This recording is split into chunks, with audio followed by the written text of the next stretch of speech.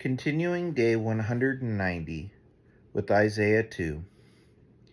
The word that Isaiah the son of Amos saw concerning Judah and Jerusalem.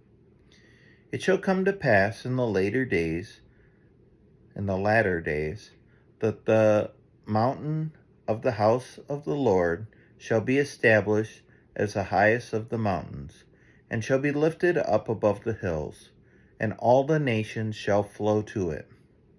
And many people shall come and say, Come, let us go up the mountain of the Lord, to the house of the God of Jacob, that he may teach us his ways, and that we may walk in his paths. For out of Zion shall go forth the law, and the word of the Lord from Jerusalem. He shall judge between the nations, and he shall decide disputes for many peoples. And they shall beat their swords into plowshares, and their spears into pruning hooks. Nation shall not lift up sword against nation, neither shall they learn war any more. O house of Jacob, come, let us walk in the light of the Lord. For you have rejected your people, the house of Jacob, because they are full of things from the east, and of fortune tellers like the Philistines, and they strike hands with the children of foreigners.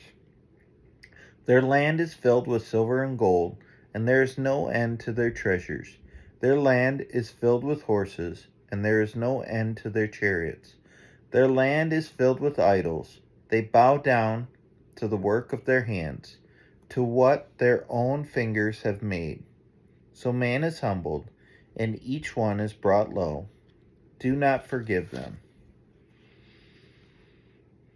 Enter into the rock, and hide in the dust, from before the terror of the Lord, and from the splendor of his majesty.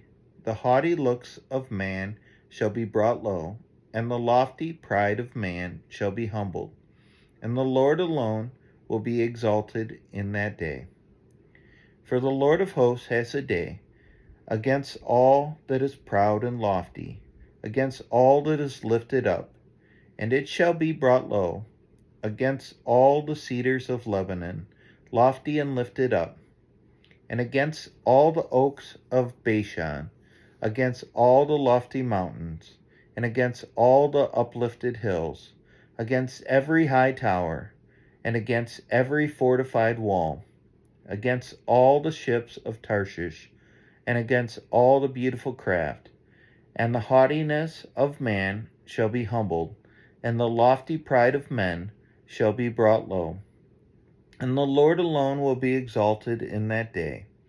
And the idols shall utterly pass away, and the people shall enter the caves of the rocks, and the holes of the ground, from before the terror of the Lord, and from the splendor of his majesty, when he rises to terrify the earth. In that day mankind will cast away their idols of silver and their idols of gold, which they made for themselves to worship, to the moles and to the bats, to enter the caverns of the rocks and the clefts of the cliffs, from before the terror of the Lord, and from the splendor of his majesty, when he rises to terrify the earth. Stop regarding man, in whose nostrils is breath, for of what account is he?